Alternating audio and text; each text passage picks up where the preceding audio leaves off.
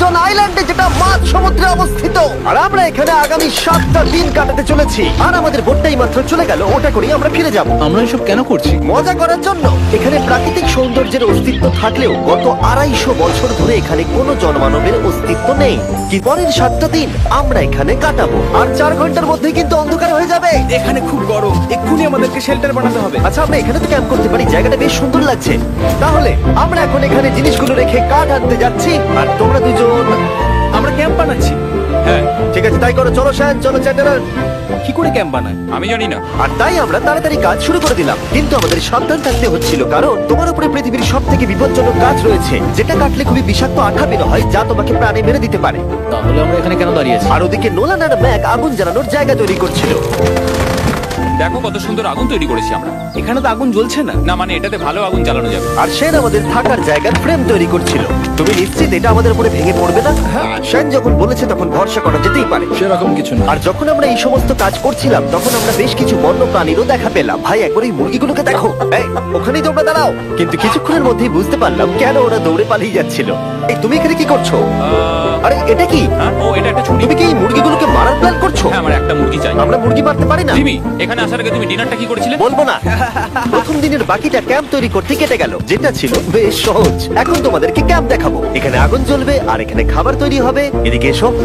আর ঠিক এইখানে আমরা ঘুমাবো, যেটার বিশেষ প্রয়োজন। তারপর আমরা নিয়ে এলাম সার্ভাইভাল ক্রেট, যাতে ছিল খাবার, জল আর সব একটা জিনিস ছাড়া। দাঁড়াও 1 মিনিট, সানস্ক্রিন দিয়ে কি আগুন জ্বলে? প্রথম দিন শেষ হলো আর আমার স্কিনে একটু সানবার্ন হয়েছে। আমি আশা করি ভালো করে ঘুমোতে পারবো আজকে। আশা করবো বৃষ্টি হবে না। কাল আমাদের আরো বড় শেল্টার বানাতে হবে। আর আমরা বলতে আমাদের বাবা ওদিকে শুয়ে আছে, সে তৈরি করবে। ঠিক আছে। ঠিক আছে, ও জিমি তুমি মায়ের মতো, আর সেন হচ্ছে বাবা। আমি এবারে ঘুমাবো। দ্বিতীয় দিনে দেখা হচ্ছে। প্রথম রাত্রে ঘুমানোর সময় আমরা অনেক নড়াচড়া করেছিলাম। আমরা বলতে বোঝাতে চেয়েছি, মানে হলো আমি। তাই পরের দিন আমরা শেল্টারটাকে আরো ভালো করব বলে ঠিক করলাম। দ্বিতীয় দিনের কাজ খুবই সহজ। আমরা একটা বড় আর রেন প্রুফ শেল্টার তৈরি করব। আমাদের আরো কমফোর্টেবল সিট চাই, কারণ আমার পিছন ব্যথা হয়ে গেছে। আর একটা ভালো আগুন জ্বালানোর জায়গাও চাই। আমারও পিছন ব্যথা হয়ে গেছে।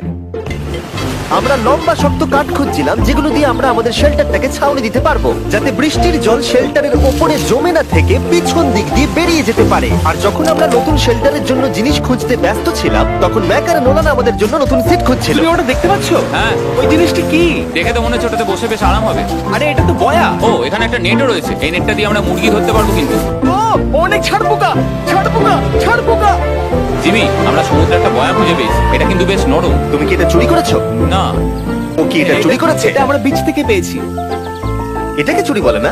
ও, এটা তো দারুণ। ঠিক আছে, এটা কাজে লাগবে। বাকি পুরো দিনটা আমি সেনার চ্যান্ডেলার শেল্টার তৈরি করতে কাটিয়ে দিলাম। হ্যাঁ ঠিক হচ্ছে, ঠিক হচ্ছে। এখানে এখনো রোদ আছে, কারণ সূর্য অনেকটাই নিচে, কিন্তু বেশিরভাগ সময়টাতেই এখানে ছায়া থাকবে। ওদিকে ম্যাক আর নোলান নারকল পাড়ছে। ঠিক আছে, একটু সাবধানে, এটা কিন্তু বড় ছুরি। বাহ, দারুণ তো। এবং ওরা মুরগি ধরারও চেষ্টা করলো। এই, মুরগি পালাও, পালাও! এটাকে দূরে এটা পালিয়ে তুমি কি যাও। করলে? আমি ওদেরকে বাঁচিয়ে দিলাম। দ্বিতীয় দিন শেষ হতে চলেছে। তোমাদের কেমন লাগছে? আমি ক্লান্ত, কিন্তু আমি ঠিক আছি। নোলান?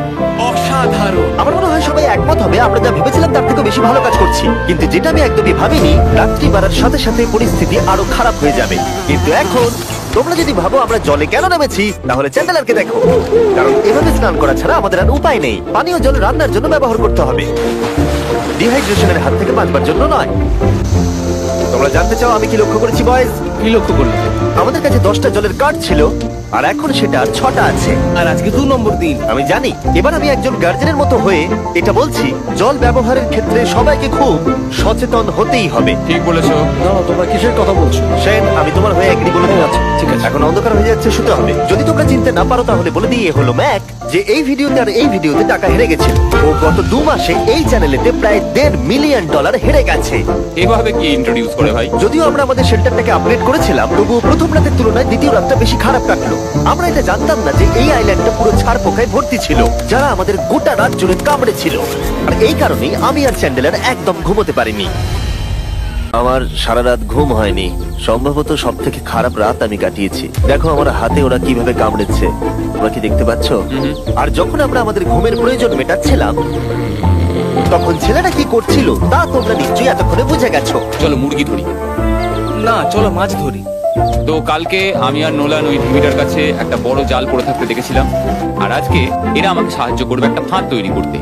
প্ল্যানটা হলো এখানে বড় করে নেটটা পাতা থাকবে, কোনগুলো উপরে আটকানো থাকবে, আর তারপরেই মুরগি আমাদের। যদি এখন আমি উঠে ওদেরকে আটকাতাম তাহলে এটা কখনোই হতো না, কিন্তু সত্যি কথা বলতে আমার এখন ওঠার মতো ক্ষমতাই ছিল না। আর ছেলেরা অফিসিয়ালি স্বীকার করতে এই তো পরের 30 মিনিট ধরে ছেলেরা নেট কাটলো পারফেক্ট স্কোয়ার শেপে। ওরা দড়িটাকে গাছের ওপর দিয়ে ঝোলালো, জালের 4টে মুখ বাঁধলো, আর এটা তৈরি হয়ে গেল। এটা কাজ করছে, এটা দারুণ হয়েছে। ওরা ফাঁদ পাতার পরে শুরু করে দিল মুরগি শিকার করা। এটা আবার কি? এটা দিয়ে আমরা মুরগি শিকার করবো। একবার দড়িটা দাও দেখি। তোমাকে দেওয়া যাবে না। এতক্ষণ ধরে তাহলে তোমরা এইসব করছিলে? হ্যাঁ, আমার মনে হয়েছিল তোমরা কিছু ভালো কাজ করছো। সত্যি কথা বলতে আমার এটাকে প্রথমে মনে হয়েছিল পুরো সময় নষ্ট, কারণ পরের 3 ঘন্টা তারা শুধু অপেক্ষাই করে গেল আর অপেক্ষা করে গেল। কিন্তু কোনো কারণবশত ম্যাক হাল ছাড়তে একেবারেই রাজি ছিল না, এবং অবশেষে অনেক অপেক্ষা করার পরে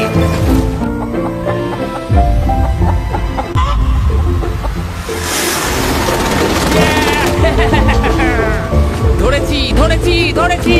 ম্যাক, এটা কি? জিমি, এই দেখো ধরেছি। ও, মুরগিটাকে বেশ ভালো দেখতে কিন্তু। হ্যাঁ, এটা আমাদের নতুন ব্র্যান্ড রাফট ভিডিওর পাখিটার সম্মানে। একটা কথা বলি, তুমি যদি এখন ব্র্যান্ডকে নিচে রেখে দাও তাহলে ও নিশ্চয়ই আমাদের সাথে ঘুরে বেড়াবে। নিচে রেখে দাও। ঠিক আছে তাহলে ছেড়ে দিচ্ছি। Brian, Brian. না ব্রায়ান, তুমি ব্রায়ানের সাথে কি করলে? ভাবলাম এই আমাদের বন্ধু হয়ে গেছে। হাত পেতে ধরেছিলাম তো তাই। আর এভাবেই ব্রায়ানকে ধরা হলো এবং ছেড়ে দেওয়া হলো। আর বাইরে কিন্তু তাপমাত্রা বেশ কম ছিল। সত্যি কথা বলতে যেটা আমাদের যথেষ্ট এনার্জি দিচ্ছিল অ্যাডভেঞ্চার করার জন্য। আমার পিছনে আইল্যান্ডটা দেখতে পাচ্ছো? আমরা এখন ওখানে যাবো ম্যাক। চলো যাওয়া যাক। এখন আমি জানি তোমরা কি ভাবছো, কেন এখন আমরা একটা ভালো আইল্যান্ড ছেড়ে সুইম করে একটা পাথরে ঘেরা আইল্যান্ডের মাঝে যাব? সত্যি কথা বলতে এর উত্তর আমার কাছে নেই। এটা কিন্তু সত্যি খুব অদ্ভুত হবে। আমার মনে হয় এটা আমাদের বোর হওয়ার হাত থেকে বাঁচাবে। বেকার আমাদের জল আর অনেক এনার্জি নষ্ট হবে। ম্যাক, তুমি কি করছো? ভাই এখানে তো অনেক মাছ রয়েছে। সত্যি? হ্যাঁ, এই দেখো একটা স্টিংরে, আর এখানে কত মাছ ঘুরছে দেখো। এখানে তো দেখছি ঢেউগুলো অনেক বড় এবং ও বুকের দিকেই আসছে। এই দেখো। দেখো, একটা বড় আসছে। আমরা প্রায় পৌঁছে গেছি।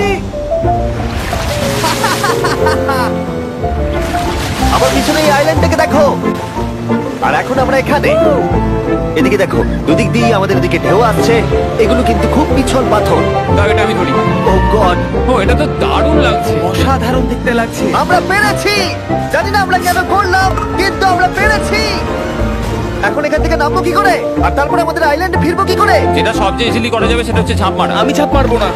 দিনের শেষ কয়েকটা ঘন্টায় বৃষ্টির ফোঁটা পড়লো গায়ে। আমরা দূরে দেখতে পেলাম ঝড় আমাদের দিকে আসছে। আইল্যান্ডে আসার আগেই ফোরকাস্ট থেকে জানতে পেরেছিলাম যে বৃষ্টি হবে না, কিন্তু ওদিকে কালো মেঘ দেখা যাচ্ছে। আমাদের প্রস্তুতি নিতে হবে। চলো চলো চলো, নোলান ওটাকে ঠিক করো। আমাদের শেল্টার, বৃষ্টি চলে এসেছে। জিনিসগুলো ঠিক রাখতে হবে। এখন আমাদের অনেক নারকেল পাতা লাগবে। জানালার আরো পাতা লাগবে। এবং রাত্রি নেমে আসার সাথে সাথে আমরা আমাদের নতুন এবং ইমপ্রুভ শেল্টারের ভিতরে ঢুকলাম এবং বৃষ্টির জন্য অপেক্ষা করলাম। এবং সব থেকে খারাপ বিষয় হলো জায়গাটা অচেনা। চারিদিকে এতই অন্ধকার যে বৃষ্টি হলেও আমরা দেখতে পাবো না। আমাদের ভাগ্য বোধহয় খুবই ভালো ছিল। এক চুলের জন্য আমাদের আইল্যান্ডটা ঝড়ের হাত থেকে রক্ষা পেয়েছিল। কিন্তু এটা বলতে পারি এই ভিডিওর পরের দিকে আমাদের ভাগ্য এতটাও ভালো ছিল না।